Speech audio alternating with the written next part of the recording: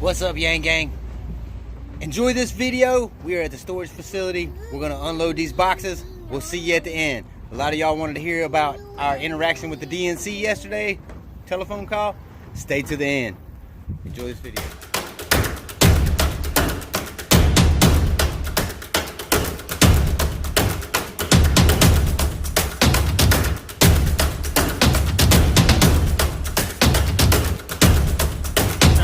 All the way. Thank you, gang. I love you guys. You're the best. I wouldn't be here without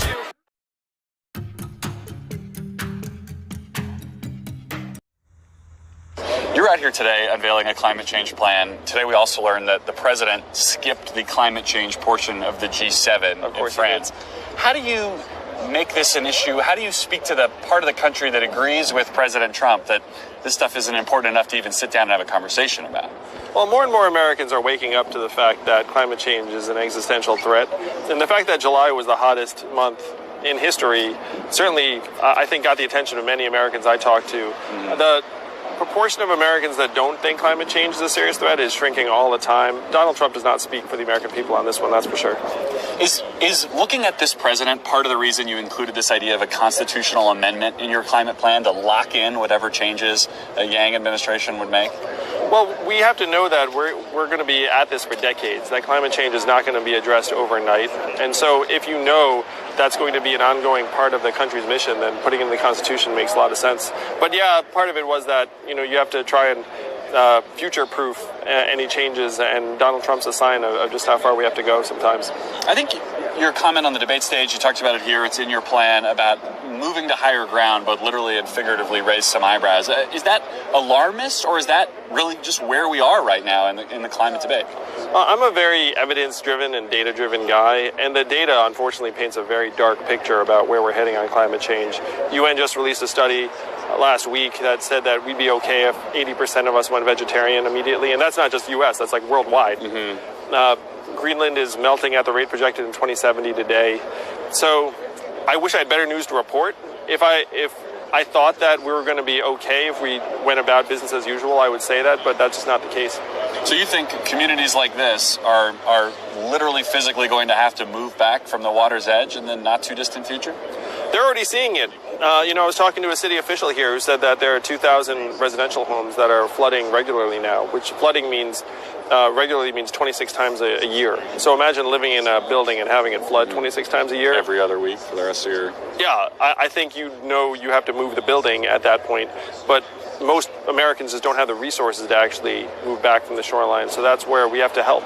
That ties into, part of what I think is interesting about your plan is it does tie back into the universal basic income concept. Is that part of where you see the linkages between these issues?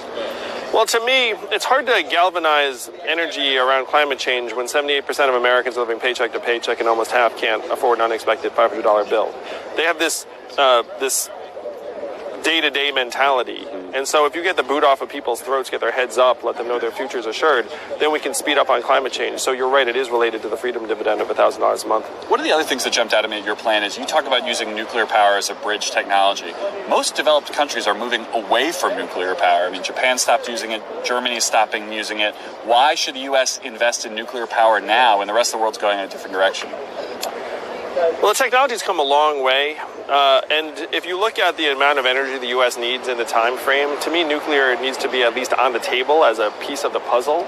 So, we need to be adaptable. And the new thorium reactors, I'm happy to say, are much safer, much cleaner, and much more efficient than anything that we had from the last generation. Nothing in the plan about nuking hurricanes, though, right? No, or Mars. Sorry, Elon, but... Okay, we'll stay away from that. I don't know if you knew what I'm talking about there. On nuking Mars? I missed it. I missed that. I was good on nuking hurricanes. So Elon suggested that we nuke Mars to try and make it more habitable. Oh, good. Okay, well, great. I want to ask you about the race more broadly here. Forgive me if this sounds disrespectful. I don't mean it that way, but I think when you got into this race, you looked at you as kind of a single-issue candidate, right? You were the guy talking about universal basic income, writing checks to people. Now you're going to be on the debate stage in September when there are sitting governors, sitting senators, folks who cannot get off the ground. What is it about your message or your platform or the way you're doing this that you think is resonating when some of these folks who've been at this game in politics for decades can't succeed at all? Well, I think Americans recognize the truth when they hear it. And when you look around towns in New Hampshire, you see 30% of Main Street stores closing their doors forever. And why is that? Because Amazon's soaking up $20 billion in business a year and paying zero in taxes. So we need to spread the gains from this economy as quickly as possible. We need to solve the problems that got Donald Trump elected. I think that's why I'm doing so well, is that I'm talking about the real problems that Americans can see around them. You think the traditional politicians aren't really doing that? I don't think they are. I mean, the only way someone like Donald Trump could have become our president is if Americans had lost faith in government solving their problems on the ground. And even now, when you look at my solutions versus other solutions, I'm looking at putting $1,000 a month in the hands of every American adult. That would make us stronger, healthier, mentally healthier, help our kids learn. It would rejuvenate Main Street communities here in New Hampshire and around the country. That's a game changer. A lot of the things other politicians are talking about would just nibble at the margins. When Seth Moulton dropped out of the race the other day, he said he sees this as essentially a three-way competition now between Joe Biden, Bernie Sanders, and Elizabeth Warren. I mean, obviously, you're in the mix, you're on the debate stage, but how do you get from 2% to 15% or 20% where you're in the mix when we're having this conversation 5 or 6 months from now? Well, one poll had me at 5% in New Hampshire. We're growing all the time. We've raised more in the last 6 weeks than we did all of the previous 3 months. So we're growing at the best time possible. But one poll had only 2 candidates that voted for Donald Trump. 10% or more of them would vote for the Democratic candidate, and I was one of them. So Democrats right now very badly want to beat Donald Trump. More and more people are going to wake up to the fact that I'm the best candidate with the best chance to do so. The other candidate that they'd support at 10% or higher is Bernie Sanders. All right, that's all I got. I think that's a good spot. Fantastic. Thank you. Appreciate the time. Appreciate it. Time in the Democratic primary, the Granite State is the place to stump. Many of the candidates have gone or are planning to go to New Hampshire since it's one of the first primaries and a proving ground for success. One candidate who we've spoken to quite frequently on this show made a stop in New Hampshire. He seems as optimistic as ever that his message is catching on. The more people dig in to our platform, our ideas for the country, the more excited they get and the better we do. And so a lot of the debates in the fall is going to be continuing to introduce myself to more and more Americans, because most Americans still do not know who I am. And that's one of the reasons why our capacity for growth is so much higher than other campaigns. A lot of other campaigns, their ceiling is sort of baked in, whereas no one knows what our ceiling is. Joining us via Skype to tell us about his conversation with presidential contender Andrew Yang is New Hampshire and Fox News political reporter Paul Steinhauser. He also has the scoop on Joe Biden's visit to his state. Welcome back, sir. Always great to join you, too. So tell me, what has the response been to Andrew Yang in your state? Because from some of the polling that I have seen, it seems like New Hampshire is one of the places where Yang performs the best. Yeah, listen, we've seen bigger crowds, more energy, more excitement for Yang over the last probably 4 to 5 months. He's been at this for well over a year, almost a year and a half. I first interviewed him in March of 2018, so almost a year and a half ago. But in the last 3 or 4 months, he's really generating some buzz here and nationally. And listen, he's done what 2 governors and 2 U.S. senators have not been able to do, and that's make the 3rd and 4th round of debates. So his fundraising is up. Poll numbers are up, and we're seeing it on the ground as well. Yeah, Andrew Yang has really defied all the political expectations here in D.C. He also addressed in our interview the matter of fundraising, which is vitally important to make it onto that stage. Let's take a listen to what he said. Are you concerned that the media, for whatever reason, still isn't taking you serious because you've never been a politician before? You know, I think the media is starting to get it, in part because we are a top campaign by any objective measurement. We're going to raise more than twice as much money in the 3rd quarter that we did in the 2nd quarter, at a time when many other campaigns are starting to shrink. So the campaign is catching on, just as the American people are getting more and more excited about me and the campaign.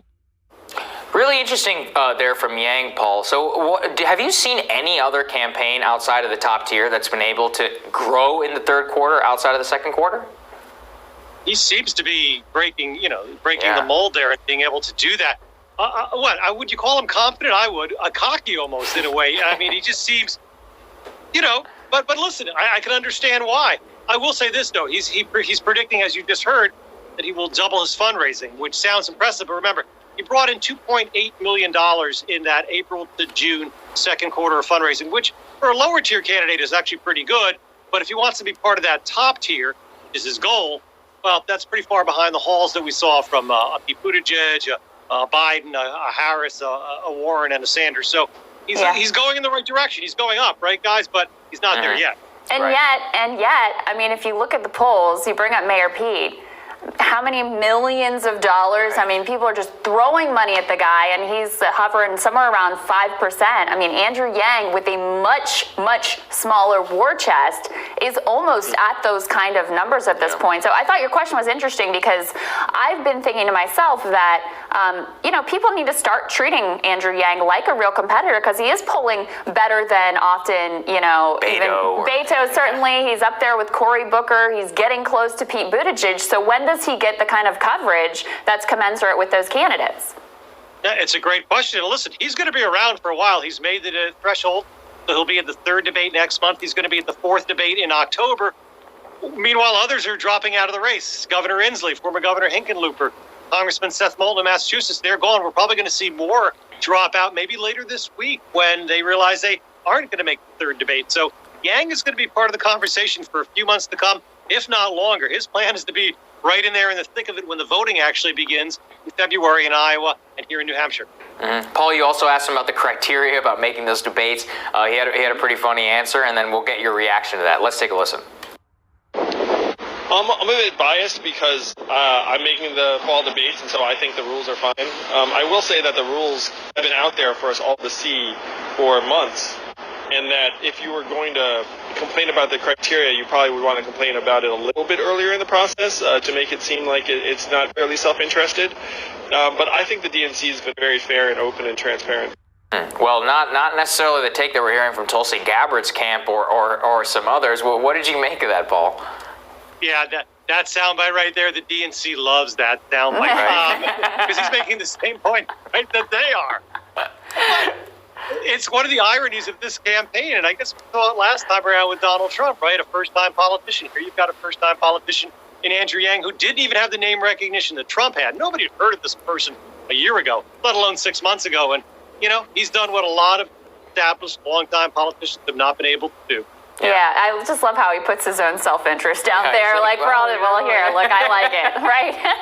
Can I ask you a really unfair question, which is that you go to all these events, you see the crowds, you see the enthusiasm. This is also a transitional question, how do Andrew Yang's crowds and enthusiasm compare to the frontrunners, Joe Biden?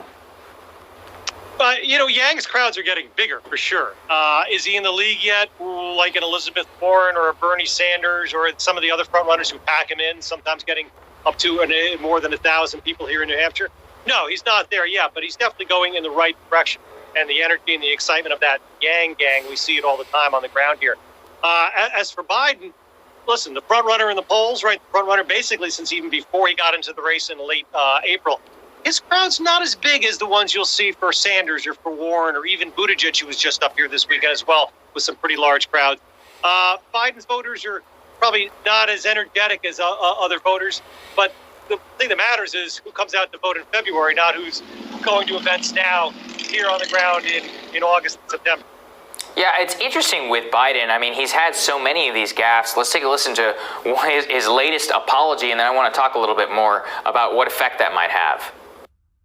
Is we are so close to be able to do some incredible things for this country. Incredible things. I just spoke at Dartmouth on healthcare at the medical school, or not, I guess I wasn't actually on the campus, but the people from the medical school were at the, I want to be clear, I'm not going nuts. I'm not sure whether it was a medical school or where the hell I spoke, but it was on the campus. It was on the campus, and the dean of all of that. He's not going nuts, Paul. That's after I think he confused the state of New Hampshire with Vermont. He's had some great moments on this campaign. Is this having any actual effect on the ground, or do people just write it off as like, oh, that's Joe? That's just Uncle Joe. Yeah. I think actual voters are writing it off. We saw that scenic backdrop there. That was Croydon, New Hampshire, his second event of the day last Friday. But yeah, the gaffe that he had earlier that you just saw, and then when he mentioned the next day that he thought he was in Vermont when he was in New Hampshire, that feeds the national narrative, doesn't it? Yeah. That well, Biden is 76 years old. Maybe he's not as, he lost a little bit of mileage. That feeds that narrative, and that's basically an early Christmas gift for Republicans. On the ground, I don't think it resonates as much with actual voters. Yeah, well, of course, I mean, we have that new poll out that shows Biden, Bernie, and Warren, three-way tie. Well, remains to be seen whether other polls back that up, but there is some indication that he has dropped quite a bit in the polling, so something to keep an eye on. Paul, thank you so much. Great to see you. Thanks, Paul. Great to see you guys. Thank you.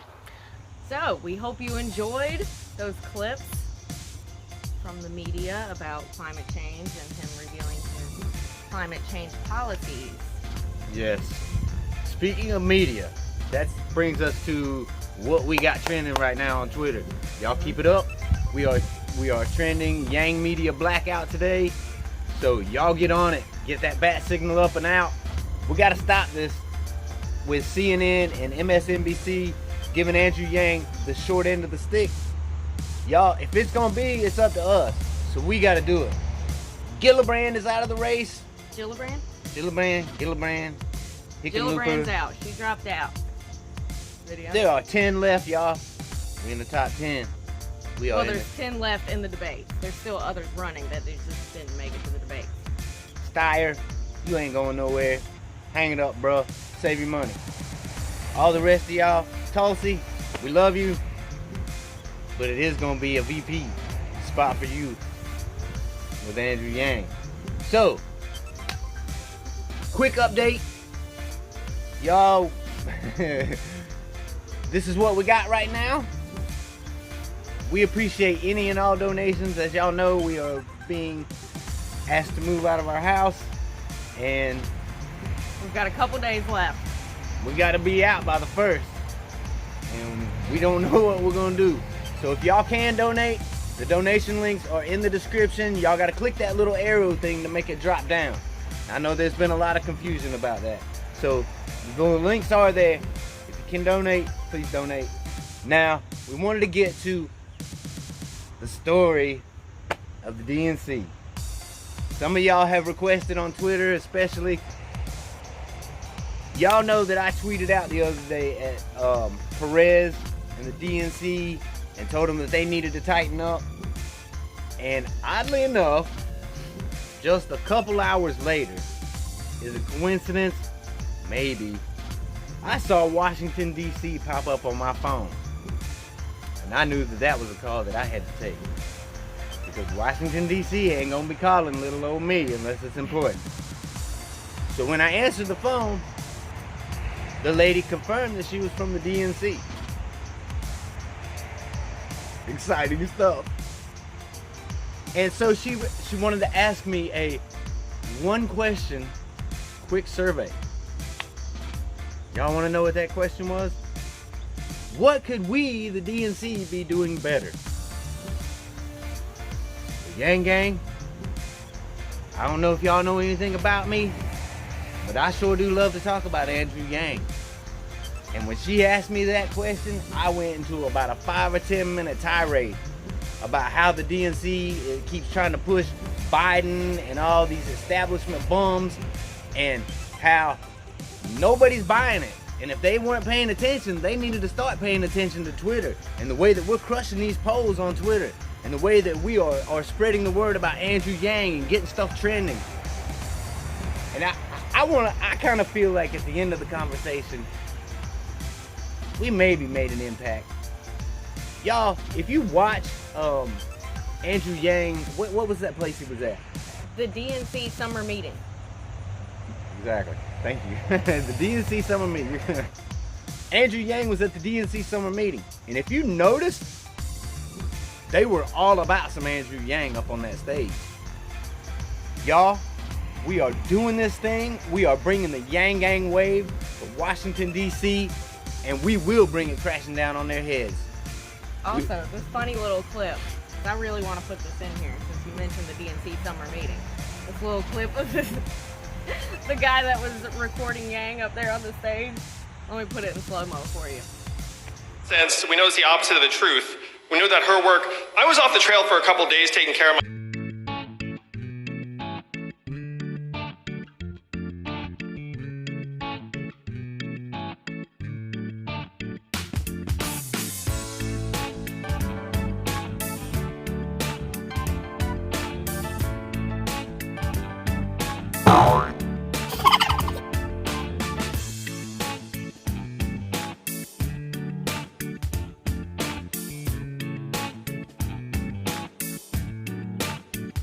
Y'all, we've all been there. We've all been there. If you have been around Andrew Yang and you've been recording, we all do it. We love you, Yang Gang. Check us out on the next one.